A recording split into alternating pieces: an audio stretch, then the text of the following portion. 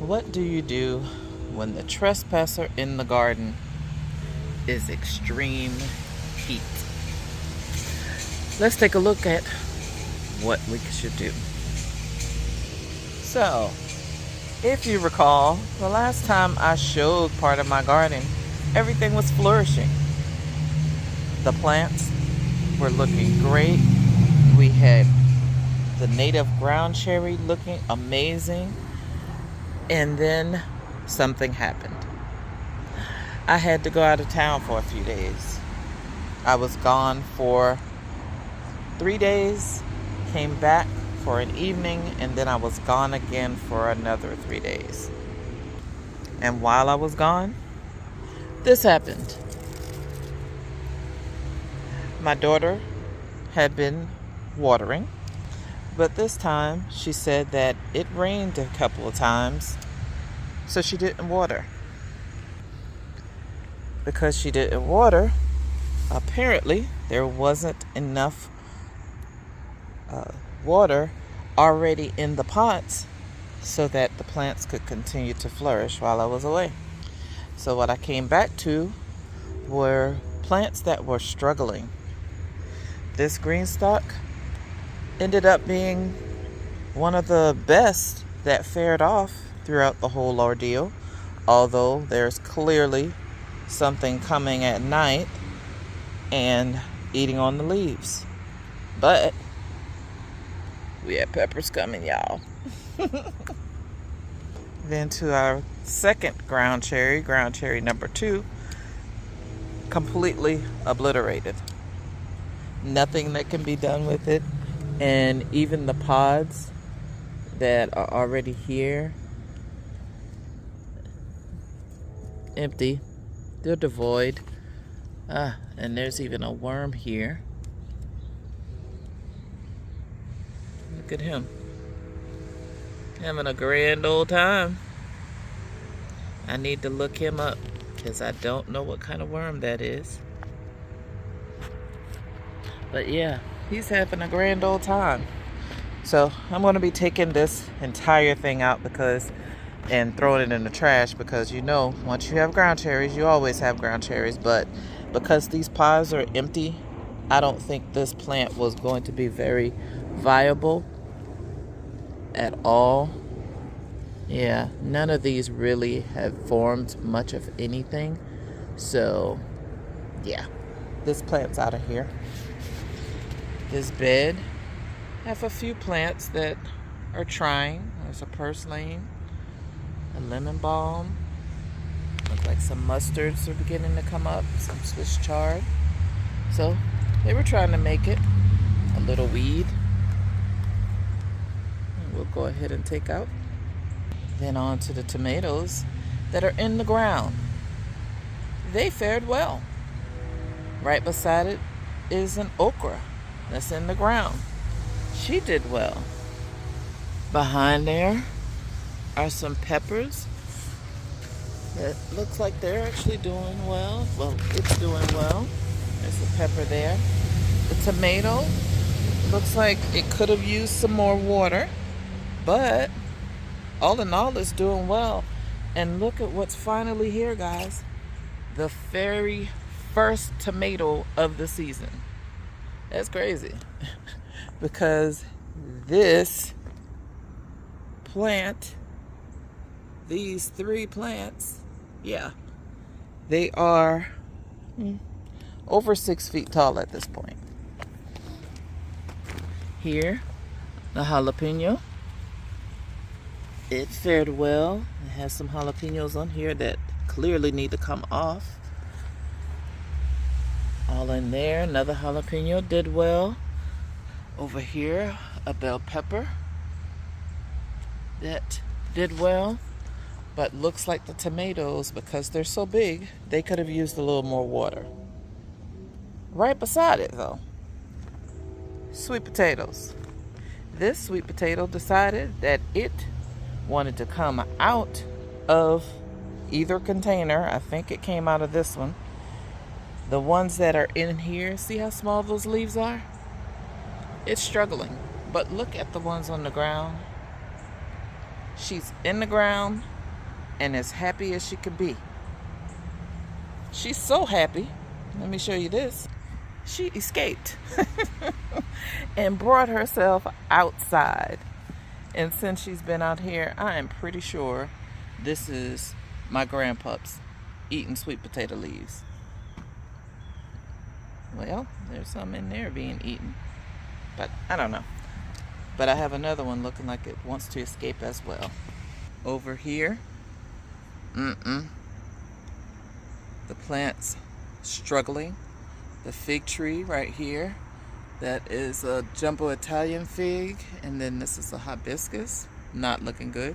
Blueberries look like they're struggling, but they're still okay. Raspberries and salvia look at a mess. Native ground cherry that volunteered itself and may not actually be a native. It hasn't produced anything that I can see yet where it's turned yellow, so I'd know which one it was. But it's growing, but clearly struggling a bit. Strawberry looking a mess, but looks better than it did because I put water on it last night. And aloe doing whatever she wants to do. Now this sweet potato vine was my main sweet potatoes, and look at her. The sweet potatoes that are on the ground and then the sweet potatoes that are in the pot shows us truly the moment of truth. The difference between planting in ground and in a pot when you have to be away. In ground and in a pot. This is my ground cherry that has been absolutely amazing. She has produced lots of fruits. These fruits clearly are not done, but she was still producing good fruit. Yeah, and I can't even get this one open. I wanted to show it to you. But yeah, let's taste it. It's good, but smallest one I had all season. Down in the bottom, some of my purslane. But what was also in this bed was my turmeric. I think this is my turmeric. Look at this. I had black turmeric in here. There's turmeric over here, turmeric over here. Here's the turmeric. Nope, that's purslane. But there's turmeric over there. Then our shampoo ginger that has been growing for months and months and months that Teasy sent me was growing well in the house. So to see her out here in this pot on this struggle bus is extremely disappointing because she grew amazingly inside. My tree that appears to be in a pot, she's in a pot, but actually she's in the ground. So yeah, she's okay. These cannas, Lord knows, I had one when it started, and she is just, Lord, I gave away so many, and it just keeps multiplying, and they keep looking bad like this. I don't know about these things, like, yeah, but when they're beautiful, they're really, really beautiful, like really, really. But when they're not, they're really not. Those are the seeds. Before I left, this actually had some water in it as well. That water is gone. Garlic was looking amazing all summer. Even though she's in the ground, she is looking a little rough. And I don't know if that's because of what's happening here, because the leaves are falling like we're in full swing fall already. Or is it just because it's dry? But we have mustards that are growing. Yep. think some maybe collards, maybe some radish or broccoli, some Swiss chard. So things beginning to come up in the green stalk. And it did okay. So was this green stalk watered a little better than the other pots? Perhaps. Or was it? Because technically, that green stalk gets shaded by this tree at the hottest part of the day and the greenhouse. So perhaps that's why that one fared better. So even where I had tomato that was doing amazingly in this pot, and I had potatoes that were growing beautifully, everything had to contend with fending for themselves while I was away.